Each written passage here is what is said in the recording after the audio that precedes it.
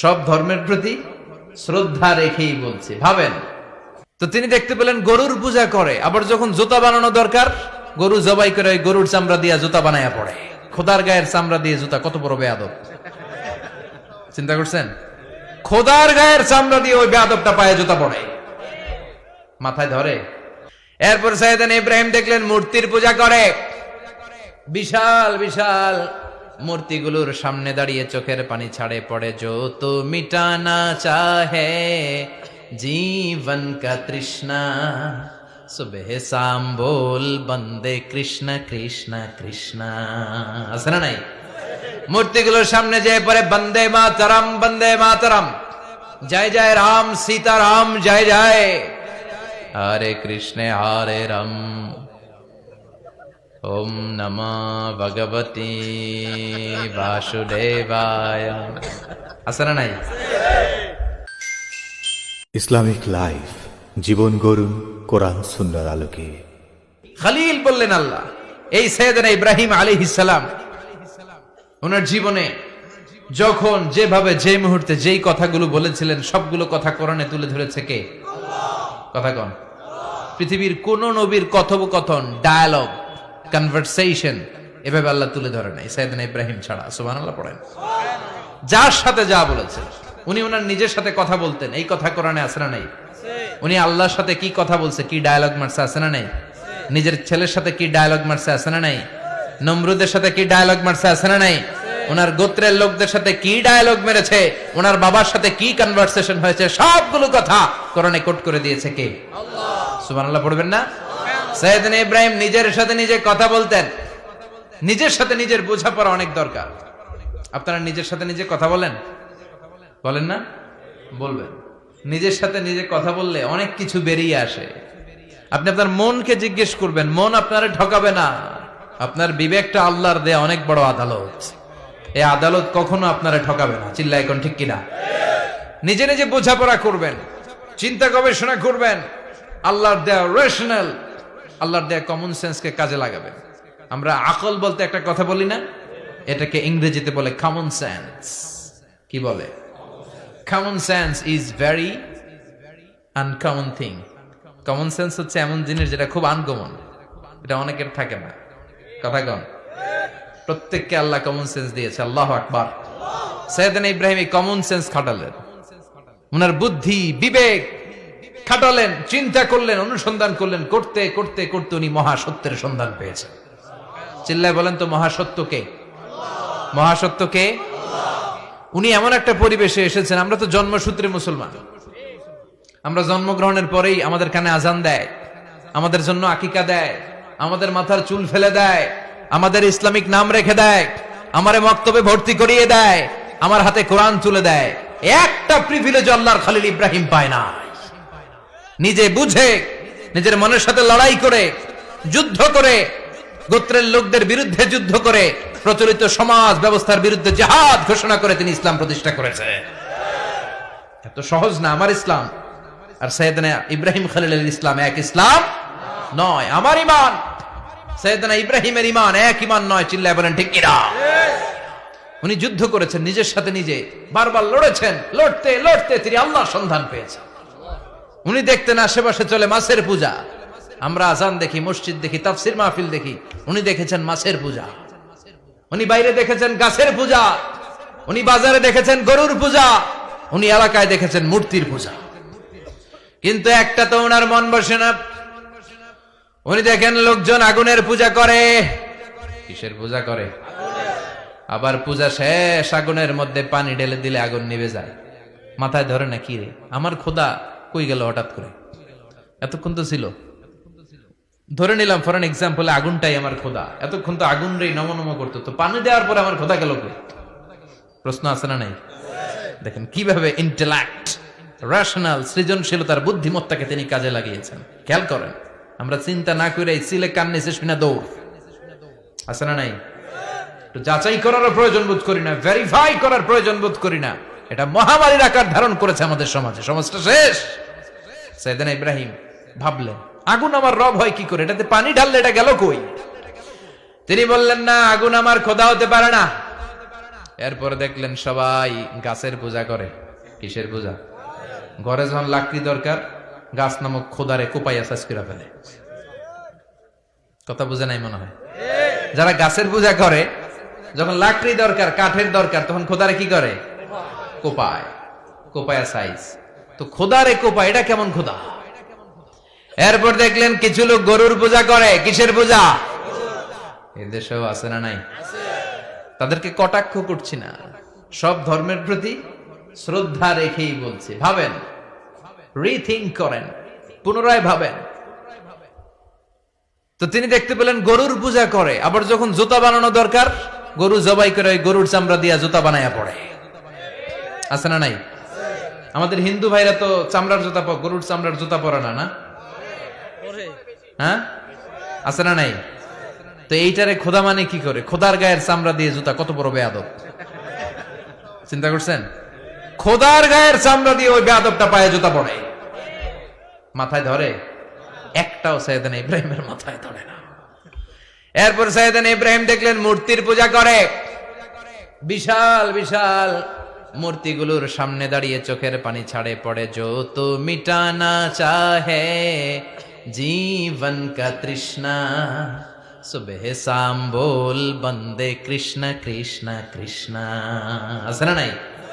মূর্তিগুলোর সামনে যেয়ে পড়ে বন্দে মাতরম, বন্দে মাতরম, জয় জয় রাম সীতা রাম, জয় জয় হরে কৃষ্ণ হরে রাম, ওম নমঃ ভগবতে বাসুদেবায়। আছে না নাই? তো উনার এটাও মাথায় ধরে না, কারণ উনি দেখলেন কিছুক্ষণ আগে এগুলোর মাটি কাদা দিয়ে মূর্তি বানাইছে ওরা, এরপরে ডিজাইন করে এগুলোর সামনে ওম নমঃ পড়ে। তো এইটা ওর খোদা হয় কেমনে? যারা বানাইলো এরাই না মূর্তির খোদা।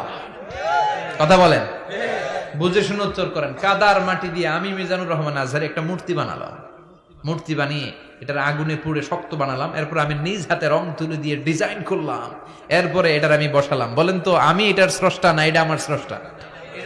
এটা বানাইছে কে? মিজানুর রহমান আজহারি এই মূর্তির স্রষ্টা। চিল্লা এখন ঠিক কিনা?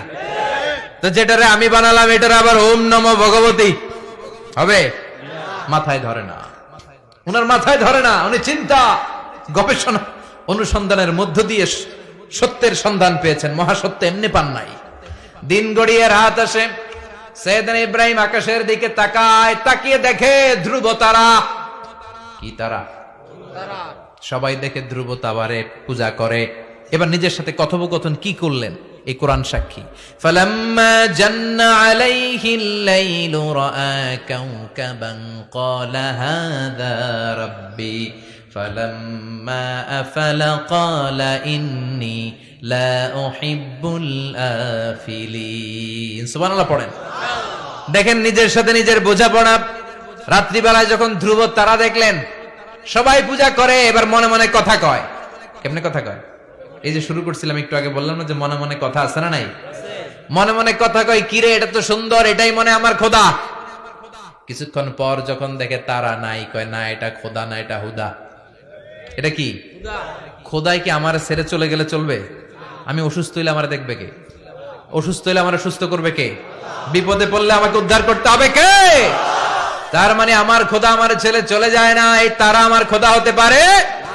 ফালাম্মা জান্না আলাইহিল লাইলু রাআ কাওকাবান ক্বালা হাযা রাব্বি ফালাম্মা আফালা ক্বালা ইন্নী লা উহিব্বুল আফিলিন ফালাম্মা রাআল কমারা বাযিগান ক্বালা হাযা রাব্বি فلما أفل قال لئن لم يهدني ربي لأكونن من القوم الضالين। পড়েন আল্লাহু আকবার। এরপরের দিন যখন চাঁদ দেখলেন, পূর্ণিমার চাঁদ, দেখতে ওইটা তারার চেয়ে ছোট না বড়? কম সুন্দর না বেশি সুন্দর? পরের দিন চাঁদ দেখে তিনি দেখলেন সবাই চাঁদের পূজা করে।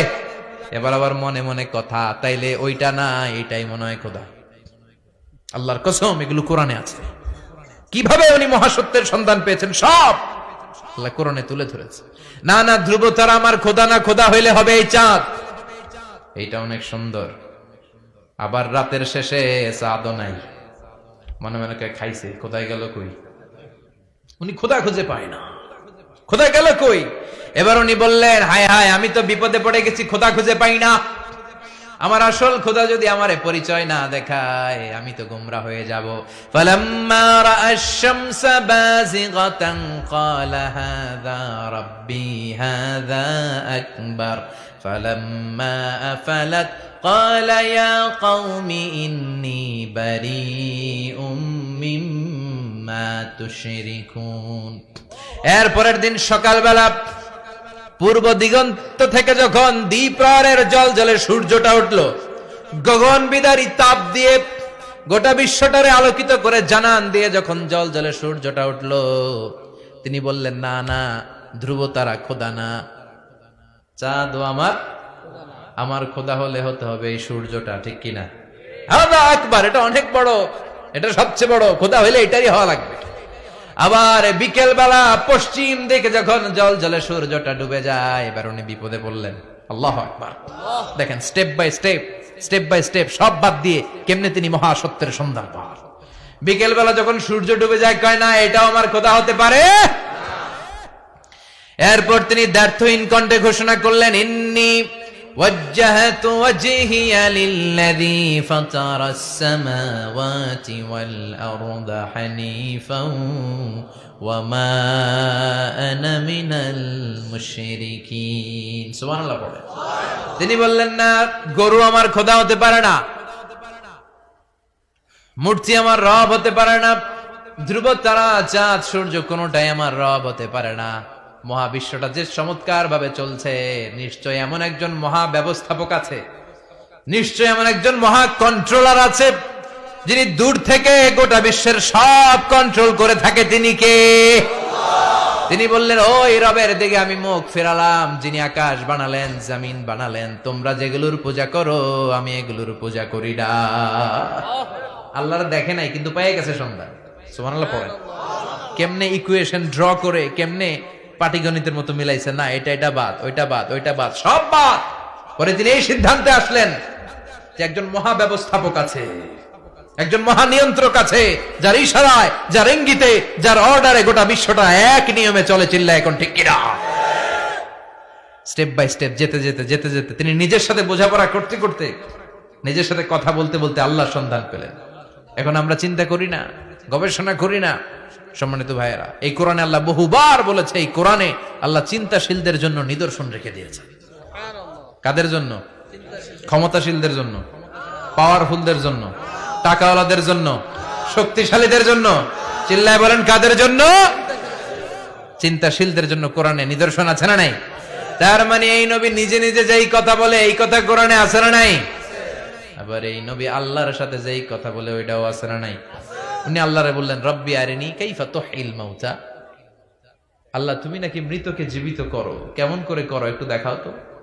আল্লাহ বলে, ইব্রাহিম, এটা কেমন কথা? আওয়ালাম তুমিন, তুমি নবী মানুষ, কি প্রশ্ন করলা? তোমার বিশ্বাস হয় না? আওয়ালাম তুমিন, বিশ্বাস হয় না? তুমি তো নবী, জানো নবী নও, তুমি খলিল, তোমার বিশ্বাস হয় না? এটা কেমন প্রশ্ন?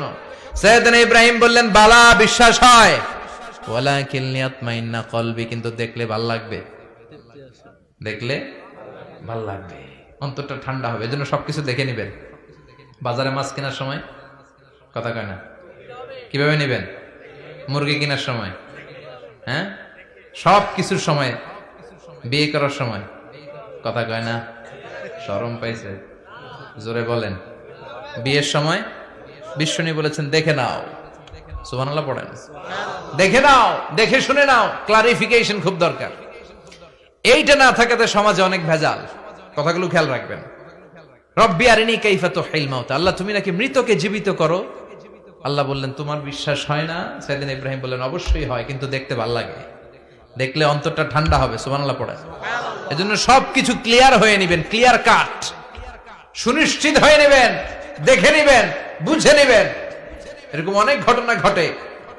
আপনার বন্ধু 10,000 টাকা ঋণ নিয়েছে, যেদিন ঋণের টাকা ফেরত দেওয়ার কথা দিছে, বান্ডিল পকেটে ভরে নিছেন, আপনি দেখে নেন নাই। ভাবছেন বন্ধু মানুষ, ঠিকই তো দিছে, ও ঠিকই দিছে। বাড়িতে যায় দেখেন ওইখানে 9,500 টাকা। কথা কন, 500 টাকার নোট একটা নাই। এখন ওর সাথে ঝামেলা আছে না নাই? ওর গণনায় ভুল হতে পারে কি পারে না? ও বলবে আমার গণনায় 10,000 ছিল, ও কইবা আমি পাই নাই, কিলাকিলি আছে না নাই? ঝামেলাটা এই কারণে আপনি দেখে নেন নাই। কথা বলেন। অনেকে বিদেশে যায়, বন্ধু বান্ধবরা অনেক কিছু প্যাকেট করে দেয়, আমার ভাইয়ের জন্য নিয়ে যায়। এক ঘটনা আছে, দুবাইয়ের এক ভাই তার বন্ধুকে কিছু জিনিস দিছে তার ভাইয়ের জন্য। সে বলে দিছে যে আমার ভাইয়ের ডায়াবেটিক্সের রোগ, একটু ওষুধ নিয়ে যাবা। তার বন্ধু তো নরম মনের মানুষ, বিশ্বাস করে নিয়ে গেছে। এয়ারপোর্টে ওরে ধরছে, ওটার ভিতরে ছিল হিরোইন। ভিতরে কি ছিল? এজন্য ক্লারিফিকেশনের দরকার আছে না নাই? আপনি ক্লারিফাই করে নিলে কোনো সমস্যা হবে? সাইয়েদনা ইব্রাহিম বললেন, বালা ওয়ালাকিন লিয়াতমাইন্না কলবি, আল্লাহ অবশ্যই বিশ্বাস করি, কিন্তু দেখতে পারলে কলিজাটা ঠান্ডা হয়ে যাবে। বিশ্বনবীর অভ্যাস ছিল ওনার স্ট্যান্ডিং পয়েন্ট উনি ক্লিয়ার করে দিতেন। বুখারীর বর্ণনা, ওনার স্ত্রী আমাদের আম্মা জান সাফিয়া বিনতে হুয়াই ইবনে আখতাব, সাফিয়া বিনতে হুয়াই ইবনে আখতাবকে নিয়ে উনি ইতিকাফ অবস্থায় মসজিদে বসে আছেন। আলো আবছা অন্ধকার। সাফিয়া বিশ্বনবীকে বিদায় দিয়ে বের হয়ে যাবেন। ইন দ্য মিন টাইম বিশ্বনবী দেখলেন দুইজন সাহাবা হেঁটে যাচ্ছে। সাহাবারা হুট করে বিশ্বনবীর দিকে তাকালেন, তাকিয়ে দেখে বিশ্বনবীর সাথে একজন মহিলা, নেকাব পরা। দেখেই সাহাবারা মুখটা ঘুরিয়ে দ্রুত চলে যেতে লাগলেন। বিশ্বনবী বললেন, এই হ্যালো আরিসলিকুমা, দাঁড়াও। বুখারীর বর্ণনা।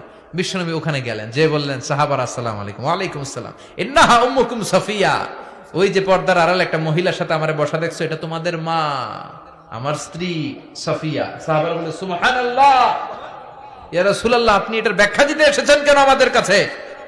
আমরা কি কিছু মনে করেছি নাকি? আপনি কোন মহিলার সাথে বসা মানে তো আমাদের আম্মা জানের সাথেই বসা। বিষ্ণু বললেন, না, তোমরা মনে করো নাই, কিন্তু কিছুক্ষণ পর শয়তান তোমাদের হৃদয়ে খুঁতখুঁতানি ঢুকায় দিবে। যাওয়ার সময় মনে মনে ভাববা, কিরে নবী কার লগে বসা?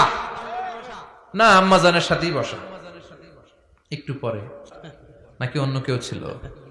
না না, কেউ ছিল না, নবীর স্ত্রী ছিল। আসলে কি স্ত্রী ছিল না অন্য কেউ ছিল? এই যে খুঁতখুঁতানি, খুঁতখুঁতে স্বভাবের একটা ভাব মনের মধ্যে শয়তান ঢুকাই দিতে পারে কি পারে না? এজন্য ক্লিয়ার হয়ে নেবেন। ক্লিয়ার হয়ে নেওয়া সুন্নাত, ক্লিয়ার হয়ে যাওয়া। আল্লাহ, আমি ক্লিয়ার হতে চাই, ক্লিয়ার হওয়া সাইয়েদনা ইব্রাহিমের সুন্নাত। সুবহানাল্লাহ পড়েন। আল্লাহ, কেমন করে মৃতরে জীবিত করো তুমি দেখাও। আল্লাহ বললেন, 4টা পাখিরে টুকরা টুকরা করো, জবাই করো, টুকরা টুকরা করো, পায়ের সাথে মাথা মিশাও, মাথার সাথে কলিজা মিশাও, টুকরা টুকরা করে ওই পাহাড়ের মধ্যে ছিটিয়ে দিয়ে আস। এরপরে এই পাশে এসে সুম্মা দুহুন্না ইয়াতিনাকা সায়া, আমার নামে পাখিগুলারে ডাক দাও। উনি এই পাশে এসে আল্লাহর নামে টুকরো টুকরো করে ছিটিয়ে দিয়ে আসা পাখিগুলোর ডাক দিতে দেরি, মুহূর্তে পায়ের সাথে মাথা, মাথার সাথে বডি লেগে জীবিত হয়ে পাখিগুলো দৌড়ে সাইয়েদনা ইব্রাহিমের কাছে চলে এসেছে। আল্লাহর কোরআন সাক্ষী।